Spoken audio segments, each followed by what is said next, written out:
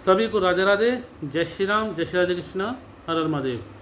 मित्रों, आंगल तिथि 11 सितंबर 2024 को भगवती श्री राधा रानी की प्राकट्य जयंती है और माता भगवती श्री राधा रानी का जो गोलोक धाम ही नहीं समूचे ब्रज की त्रिभुवन की संपूर्ण ब्रह्मांड की अधिष्ठात्री देवी हैं। भगवान श्री कृष्ण की आराधनीय शक्ति हैं जो प्रकृति स्वरूपा स्वयं दुर्गा हैं। उनका प्राकट्य भूतल पर गोलोकधाम से भाद्रपद मास की शुक्ल पक्ष की अष्टमी तिथि को अनुराधा नक्षत्र में हुआ था। ऐसी मान्यता है, पौराणिक मान्यता। रावल गांव में हुआ था जो कि ब्रज में है, गोकुल के पास में है। और नंद बाबा ने जिस प्रकार से नंद गांव बसाया था नंदीश्वर पर्वत पर, उसी प्रकार से उनके मित्र वृषभान जी ने, जो कि राधा जी के पिता हैं और कीर्ति उनकी माता, तो ब्रह्मगिरी पर्वत पर वृषभान जी ने अपना महल बनाया रहने के लिए। उसी महल को वहाँ पर श्री जी महल कहा जाता है, जहाँ पर आप और हम दर्शन करने जाते हैं। और वो वृषभानपुर के नाम से विख्यात हुआ और गर्ग संहिता में इसका उल्लेख आया है, ब्रह्मवैवर्त पुराण में इसका उल्लेख आया है।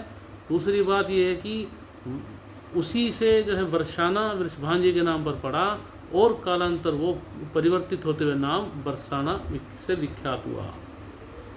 ब्रज भाषा में बरसाना ही प्रसिद्धि है बरसाना नाम से, और इसकी महत्ता तो त्रिभुवन ही नहीं समूचे ब्रह्मांड में व्याप्त है।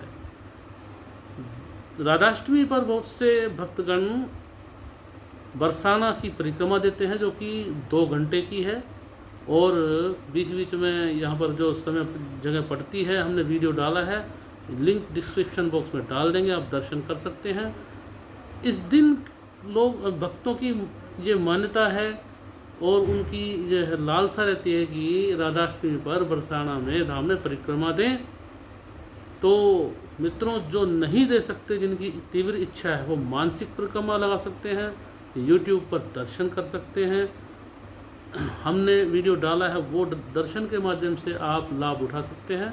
दूसरी बात, एक और बात मैं बताता हूँ, नज़दीक ही आपके जो राधा कृष्ण जी का मंदिर है, युगल सरकार की जो मूर्ति, उनके चारों तरफ आप 7 परिक्रमा, 21 परिक्रमा, 108 परिक्रमा लगा लेते हैं तो आपको वही फल मिलेगा मित्रों। और निसंतान दंपतियों के लिए मैं बताऊं, राधा रानी की उपासना करने से उनको निश्चित रूप से उत्तम संतान की प्राप्ति होती है। तो राधा जी सभी प्रकार के सुखों को देने वाली हैं। और वही अष्टमी जो आगे कार्तिक मास में आने वाली है, निसंतान दंपत्ति जो राधा कुंड पर स्नान करते हैं तो भगवती श्री राधा रानी की कृपा से उनको संतान की प्राप्ति होती है। तो मित्रों, राधा जी के बारे में कुछ लोग आक्षेप करते हैं कि राधा तो काल्पनिक है, कुछ लोग कहते हैं राधा तो कृष्ण की मामी है, कुछ कहते हैं राधा तो कृष्ण की पुत्री थी। ये तो ब्रह्मवैवर्त पुराण में लिखा है। ऐसे लोग जो पुराणों में आस्था रखते नहीं हैं, मानते नहीं हैं, गपोड़ मानते हैं और कहते हैं कि अंग्रेज़ों के समय में इनको रचा गया, मुग़लों के, कुछ कहते हैं मुग़लों के काल में रचा गया। मित्रों, इन सभी बातों का जवाब हमने पूर्व में फेसबुक पर भी दिया, यूट्यूब में भी दिया। आप हमारे चैनल पर जा कर के आप उसमें वीडियो में देख सकते हैं, हम इसका लिंक डिस्क्रिप्शन में डाल देंगे। तो ब्रह्मवैवर्त पुराण में ही ये वर्णन है। राधा जी भगवान कृष्ण, परब्रह्म श्री कृष्ण की जब गोलोक धाम में राधा जी भगवान कृष्ण की वाम अंग से, उनकी पसली से उत्पन्न हुई थी, प्राकट्य हुआ था राधा जी का। और वाम अंग पत्नी का होता है, पुत्री का नहीं।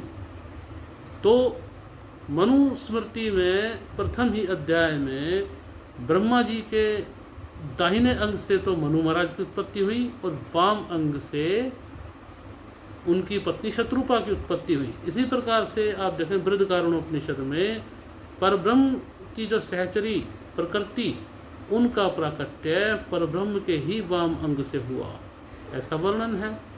तो मित्रों ये एक लीला है, भगवान लीला का तात्पर्य लोग कुछ गलत समझते हैं, तो मित्रों उनका तो कुछ नहीं किया जा सकता, हम इस बहस में नहीं पड़ेंगे। बस ये कहेंगे कि आप हमारे वीडियोस देखिए। हम ये भी नहीं कहते कि वीडियोस जो नहीं देखते तो शास्त्रों का अध्ययन जरूर करें, ब्रह्म अच्छे गुरु के मार्गदर्शन में। तो पुराणों के बारे में आपको कौन बताएगा जो पुराणों के मर्मज्ञ हैं। वर्तमान में देखो हमारे धर्मगुरु शंकराचार्य हैं चारों पीठों के, उनके पास आप जा सकते हैं। पुरी पीठ में जो द्वारकापुरी पीठाधीश्वर शंकराचार्य महाराज, निश्चलानंद जी महाराज महाभाग, उनके परामर्श से आप उनके आप अध्ययन कर सकते हैं, उनसे ज्ञान प्राप्त कर सकते हैं। ज्योतिष पीठ के शंकराचार्य अमृतेश्वरन जी महाराज, उनसे प्राप्त कर सकते हैं। श्रृंगेरी पीठ के शंकराचार्य हो गए और शारदा पीठ के शंकराचार्य। तो उसके अलावा हमारे निम्बार्काचार्य, हमारे जो हमारी जो वैष्णव पीठ है, उनसे आप पता कर सकते हैं। और हमारे जो प्रमाणिक ग्रंथ हैं, गर्ग संहिता में भी वर्णन आया राधा जी का, और ब्रह्मवेद पुराण में भी आया है। वो जो कहते हैं कि ब्रह्मवेद पुराण रचा बाद में गया, तो उनको एक बार बता दें, भागवत पुराण में जहाँ से प्रमाण मांगते हैं 12 स्कंद में श्लोक संख्या समेत वर्णन है, और कहते हैं कुछ ऐसे लोग भागवत में कहीं भी राधा जी का नाम नहीं है। तो भागवत में राधा जी का नाम संकेत वर्णन के तौर पर है, तो स्पष्ट रूप से तो नाम तो किसी भी गोपी का नहीं है, लेकिन गोपियों का उल्लेख है, उसी प्रकार राधा जी का भी उल्लेख है। तो ब्रह्मवैवर्त पुराण के में तो कृष्ण जन्म खंड में भगवान श्री कृष्ण ने कहा है कि हे राधे, तुम में और मुझ में कोई भेद नहीं है, दूध में जिस प्रकार से फेन होता है, मलाई मक्खन होता है, उसी प्रकार से हमने तुम में कोई भेद नहीं है। तो दूसरी बात, ऐसे लोगों के लिए एक बात बता देता हूँ, ब्रह्मवैवर्त पुराण में कृष्ण जन्म खंड में भगवान श्री कृष्ण ने कहा है कि हे राधे, तुम ही सती द्रौपदी हो, तुम ही वैकुंठ में महालक्ष्मी हो, और तुम ही जो ही सीता हो। तो तुम ही को रावण हर के लेकर के गया था, और तुम ही वर्तमान में द्वारकापुरी में रुक्मणी के रूप में हो। तो यहाँ पर रुक्मणी और राधा जी में कोई भेद नहीं है। इसका लिंक आपको भागवत पुराण के पूर्वार्ध के मातम्य में मिलेगा, उत्तरार्ध के मातम्य में क्षमा चाहूँगा, चतुर्थ अध्याय में, पंचम अध्याय में मिलेगा, जहाँ पर यमुना महारानी ने उनको गोपियों को और भगवान श्री कृष्ण की 16,108 पत्नियों को कहा है, रुक्मणी और राधा जी में कोई भेद नहीं है। तो मित्रों, ऐसे भागवत पुराण में 30वें स्कंद में, भागवत पुराण के 10वें स्कंद के 30वें अध्याय में वर्णन आया है कि अन्याराधितो नूनम, श्रीमद् भागवत महापुराण के 10वें स्कंद के 30वें अध्याय में अन्याराधितो नूनम श्लोक आया है। तो इस श्लोक में राधा जी का नाम है। दूसरी बात, तीसरे ही स्कंद में भागवत पुराण में राधसो शब्द आया है, जिसका अर्थ राधा जी है। दूसरी बात, महाभारत के सभा पर के अर्धाभिवरण पर्व में 38वें अध्याय में श्रेया सार्धम शब्द आया है, वो राधा जी का ही नाम है। तो वहाँ पर कुछ लोग कहते हैं ये यहाँ पर श्री शब्द का तात्पर्य, वहाँ पर रुक्मणी राधा नहीं, तो वहाँ पर एक बार श्री जो आया रुक्मणी जी का भी नाम आया है, और श्रेया सार्धम अलग नाम आया है। तो दोनों वहाँ पर रुक्मणी और राधा जी दोनों साथ थी।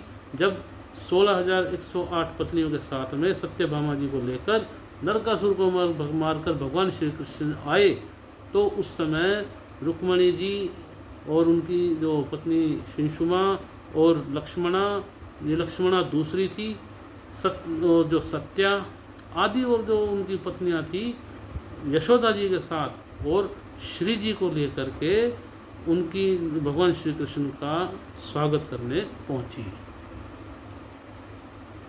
तो इसके अलावा ब्रह्मवैवर्त पुराण में तो राधा जी का है ही, भागवतम में, श्रीमद् भागवत महापुराण में दशम स्कंद के प्रथम ही अध्याय में तत्प्रियार्थम शब्द आया है। ब्रह्मा जी ने देवताओं को आदेश दिया है कि भाई भगवान श्री कृष्ण के इस सेवा में गोपियों और अप्सराओं को कहा, उनकी प्रिया जी जो की सेवा के लिए तुम भी गोपियों रूप में अवतरित हो। तो ऐसे प्रमाण बहुत हैं। तो वीडियो तो विस्तार से हो जाएगा, ज़्यादा विस्तार में नहीं जाएंगे। आप राधा जी के बारे में जानने के लिए पूर्व के हमारे वीडियो लिंक आप प्राप्त कर सकते हैं डिस्क्रिप्शन बॉक्स में, तो आप देख सकते हैं। मित्रों, वीडियो कैसी लगी तो वो कमेंट अवश्य करें, और वीडियो के बारे में कमेंट में बताएं, राय दें कि इसमें क्या सुधार कर सकते हैं, क्या आपको अच्छा लगता है, क्या नहीं लगता। तो मित्रों, क्वालिटी में सुधार होगा। दूसरी बात, शेयर अवश्य करें मित्रों, आपके प्रेम के हम अनुग्रहित हैं और रहेंगे, ऋणी रहेंगे। मित्रों, आपके सहयोग के बिना चैनल नहीं चलेगा, उसके लिए शेयर अवश्य करें मित्रों। आपका धन्यवाद। जय श्री राम, जय श्री कृष्ण, हर हर महादेव।